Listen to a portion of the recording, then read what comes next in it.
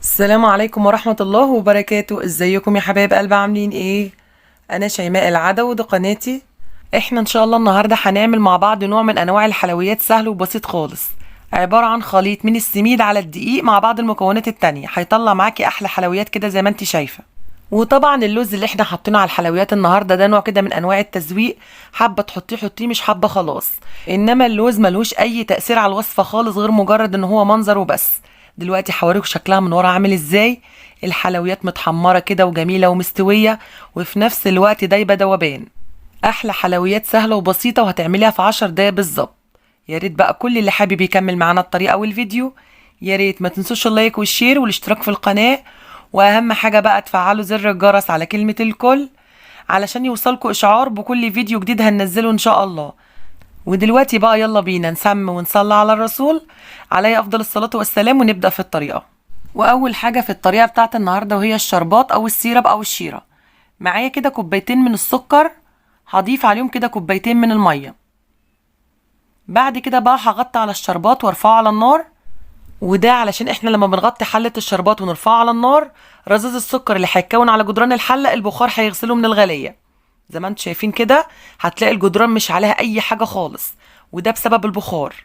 ودلوقتي بقى اول ما الشربات بيغلي كده والسكر يدوب، بروح عصرة من الليمون ومغطيه على الشربات كده وسايباه يغلي كده لمدة 7 دقايق.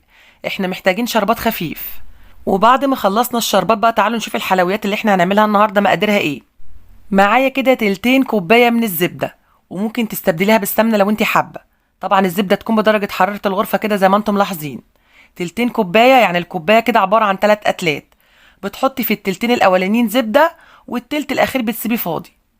وزن الزبدة اللي موجودة في الكوباية وزنها 125 جرام. همسك بقى الزبدة كده أضربها كده سواء بالمضرب اليدوي أو المضرب الكهربائي لغاية لما لونها يفتح معايا. وده علشان كل العوامل دي بتساعد ان الحلويات بتاعتك تطلع هشة كده وخفيفة. ضربت كده الزبدة لغاية لما لونها فتح معايا بالشكل دوت. بعد كده بقى هضيف كده بيضة واحدة بس بدرجة حرارة الغرفة. وزن البيضة بقشرها بالنسبة للناس اللي بتحب تعرف كل حاجة بالميزان، وزنها 65 جرام بقشرها.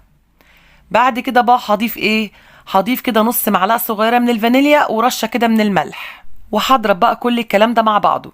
حابة الفت نظرك بس الملحوظة ان انت لو استخدمتي سمنة مكان الزبدة، لازم تحطيها كده في الكوباية الاول، وبعد كده تدخليها التلاجة تتماسك. وبعد كده بقى بتطلعها من التلاجة علشان تبقى بدرجة حرارة الغرفة. يعني بمعنى اصح ما ينفعش تستخدمي السمنة وهي سايحة زي الزيت، لازم تبقى كده قوامها زي قوام الزبدة كده بدرجة حرارة الغرفة. دلوقتي بقى انا ضفت كده علبة من الزبادي او الياغورت، وزنها 125 جرام. لو انت عندك لبن رايب او لبن قاطع تقدري تستخدميه، هتستخدمي كده 100 جرام من اللبن الرايب او اللبن القاطع.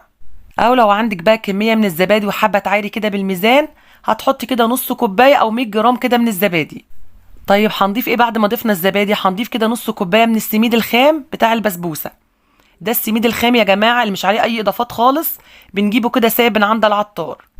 وزن السميد اللي كان موجود في الكوبايه وزنه 100 جرام. بعد كده بقى هضيف كده 3 معالق كبار من جوز الهند. ده جوز هند ناعم، لو عندك جوز الهند خشن شويه اطحنيه في المطحنه بتاعه التوابل. وزن جوز الهند اللي احنا حطيناه وزنه كده 45 جرام. بعد كده بقى هضيف معلقه صغيره كده من البيكنج باودر او خميره الحلويات. وزن البيكنج باودر اللي احنا حطيناه وزنه 5 جرام.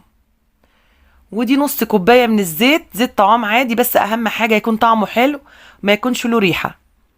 وزن الزيت اللي كان موجود في الكوبايه وزنه 100 جرام. دلوقتي بقى هقلب كل الخليط ده مع بعضه لغايه لما كله يندمج مع بعضه، وفي نفس الوقت برضو البيكنج باودر ينتشر في الخليط. فاضل بقى الدقيق او الطحين اللي احنا هنحطه. معايا كده 3 كوبايات ونص، وعليهم معلقه كبيره كده مليانه بشكل هرمي. ممكن تحطيها او ممكن ما تحطيهاش. اهم حاجه وانت بتحطي حطي 3 كوبايات ونص الاول، وبعد كده شوفي هتحتاجي دقيق تاني هتحطي. ودلوقتي هقولك ازاي تحكمي على العجينه. وزن الدقيق او الطحين اللي احنا استخدمناه النهارده وزنه كده 380 جرام. دلوقتي بقى زي ما انتم ملاحظين انا هلم في العجينه، طبعا ما بعجنش في العجينه كتير، يا دوبك بس كده الم كل المكونات وبوقف عجن. وده كان شكل العجينه يا جماعه بعد ما لميتها، عجينه طريه بس ما بتلزقش نهائيا. اوعي تخلي العجينه بتلزق معاكي. شايفين العجينه طريه كده وتقدري تشكليها باي شكل انت حباه. ودلوقتي هنشوف مع بعض ازاي. طب افرضي انت بقى في الخطوه دي نزلتي كميه دي زياده ولقيت العجينه بتفرول معاكي ومش لامه معاكي، ساعتها هتعملي ايه؟ هتنزلي بقى بمعلقه او اتنين كده من الزبادي او الياغورت او اللبن القاطع بالتدريج.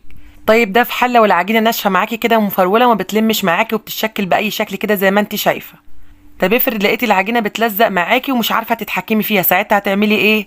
هتزودي معلقه واتنين من الدقيق او السميد، يعني ممكن تزودي دقيق او سميد. العجينه مش معقده خالص يا جماعه، يعني لو حصل فيها اي مشكله تقدري تحليها.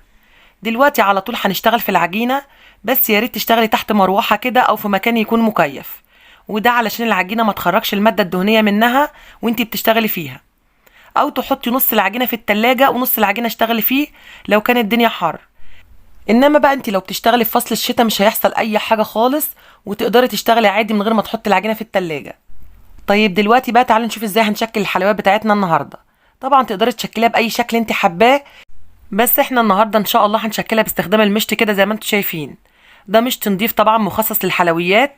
زي ما انتم ملاحظين كده هجيب قطعه من العجين وهبتدي الينها كده بين ايديا الاول او ادمجها كده، وبعد كده بقى بحطها على اسنان المشط وبضغط عليها كده على اسنان المشط لغايه لما تتبطط معايا وتبقى بشكل متساوي كده. بروح حاطه عليها كده نص معلقه كده من المكسرات. ده سوداني مطحون، لو انت حابه تحطي اي نوع تاني من انواع المكسرات زي ما انت حابه، تقدري تحطي سوداني او كاوكاو او لوز او بندق، اي حاجه انت بتحبيها حطيها.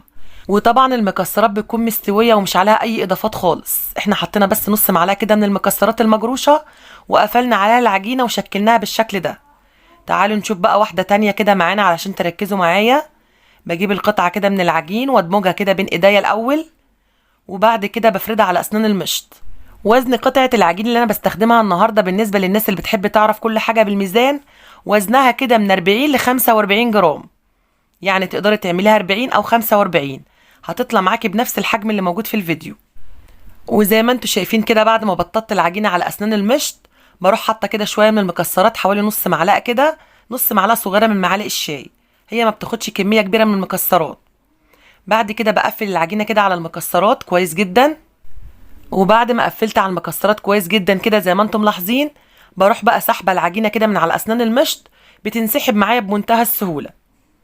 بروح حطاها بقى كده على حاجه قدامي زي صينيه كده، وابتدي بقى اروح لوياها كده بالشكل اللي انتوا شايفينه ده. شايفين بقى الطريقه سهله وبسيطه خالص وما بتاخدش معانا وقت في التشكيل نهائيا. طبعا المقادير ان شاء الله هسيبها لكم تحت في صندوق الوصف بالجرامات وبالكوبايه، واللي ما يعرفش مكان صندوق الوصف يضغط على عنوان الفيديو او يدوس عليه هيظهر له كلمه المزيد، يضغط على كلمه المزيد هيظهر له صندوق الوصف. وتحت في صندوق الوصف يا جماعه لينك مكتوب عليه حلويات، موجود عليه كل انواع الحلويات اللي موجوده على القناه، منها البسبوسه والحلويات الشرقيه زي الجلاش والكنافه معموله باشكال كتيره ومبتكره واشكال جديده. اللي حابب يتفرج عليها هيدوس على اللينك هيخش على كل انواع الحلويات اللي موجوده على القناه. شايفين بقى طريقه التشكيل سهله جدا جدا. دلوقتي بقى انا خلصت الكميه كلها كده زي ما انتم شايفين ورصيتها على الصاج. طبعا الصاج اللي بنرص فيه الحلويات مش مدهون اي حاجه خالص، الماده الدهنيه اللي موجوده في الحلويات كافيه جدا، ما تخافيش مش هتلزق معاكي. اهم حاجه كده وانتي بترصي العجين لازم تسيبي مسافه كده بين كل واحده والتانيه، طبعا مش مسافات كبيره، مسافات بسيطه كده زي ما انت ملاحظه. حابه بقى تعملي الخطوه دي زي ما انت حابه، مش حابه خلاص. انا هجيب اللوز كده وافلقه نصين بالسكينه واقسمه نصين علشان ما اخدش كميه كبيره، واحط كل نص كده في قلب كل واحده كده في النص زي ما انتم ملاحظين. اهم حاجه وانت بتحطيه اضغطي عليه كده علشان يثبت في العجينه ما يطلعش تاني بعد التسويه. شايفين بنفس الطريقه دي بحطه وبضغط. دلوقتي بقى هحط على العجين كله كده زي ما انتم ملاحظين، وبعد كده هدخله الفرن على درجه حراره 180. هشغل من تحت الاول، اول ما الحلويات بتاعتي تستوي من تحت كده وتتحمر هبتدي بقى اطفي من تحت واشغل الشوايه واحمر وشها. واول ما الحلويات بطلعها من الفرن وهي لسه سخنه مولعه نار كده، بروح نازله عليها بالشربات البارد. ركزوا معايا، الحلويات بتكون سخنه والشربات بيكون بارد. هصب بقى كده شويه على كل واحده لغايه لما احس ان انا سقيتهم كلهم كده بانتظام، ما تسيبيش واحده الا لما تحطي عليها شربات. وطبعا علشان تشرب الشربات بتاعها كله لازم تقلبيها على الوش التاني. يعني ايه؟ يعني اول بس ما تشرب كده من الشربات لمده دقيقتين 3 كده، بتروحي قلبها فورا كده على الوش التاني، بس وانتي بتقلبيها قلبها بالراحه علشان بتبقى دايبه كده ولسه سخنه. بعد ما بقلبها على الوش التاني بروح قلبها على الناحيه التانيه على طول، ما بسيبهاش مقلوبه على الوش التاني كتير. يعني مجرد بس احس ان هي شربت دقيقتين 3 كده من على الوش، بروح قلبها على الوش العدل تاني. ما تسيبهاش مقلوبه على الوش التاني كتير، لازم تقلبيها على الوش العدل بسرعه. وبكده احنا بنكون اتاكدنا ان كل الحلويات بتاعتنا شربت من الشربات كويس جدا جدا. بعد كده بقى بسيبها على ظهرها كده في الشربات زي ما هي لغايه لما تشرب الشربات كويس جدا. وبروح بقى اول ما بتبرد بروح مصفيه الشربات من على الصاج وبقدمها زي ما انتم شايفين كده. زي ما انتم ملاحظين كده الحلويات شاربه الشربات ودايبه جدا جدا وشكلها روعه. عملناها بطريقه بسيطه بس النتيجه رهيبه كده زي ما انتم شايفين. شايفين بقى ما شاء الله شاربه الشربات بتاعها كويس جدا جدا ودايبه كده. وعايزه اقول لكم بقى على طعمها. طعمها جميل جدا جدا. طعم السميد مع الدقيق مع المكسرات طعمها خطير. جربوها بنفس الطريقه دي وان شاء الله هتعجبكم جدا جدا. يا ريت بقى كل اللي وصل للحته دي من الفيديو ما ينساش يحط اللايك. واللي اول مره يشوف القناه وعجبته القناه وحابب يشترك فيها اكيد يشرفنا اشتراكه. بس ما ينساش يفعل زر الجرس على كلمه الكل علشان يوصلوا اشعار بكل فيديو جديد هننزله ان شاء الله. اترككم في رعايه الله وامنه. دمتم سالمين والسلام عليكم ورحمه الله وبركاته.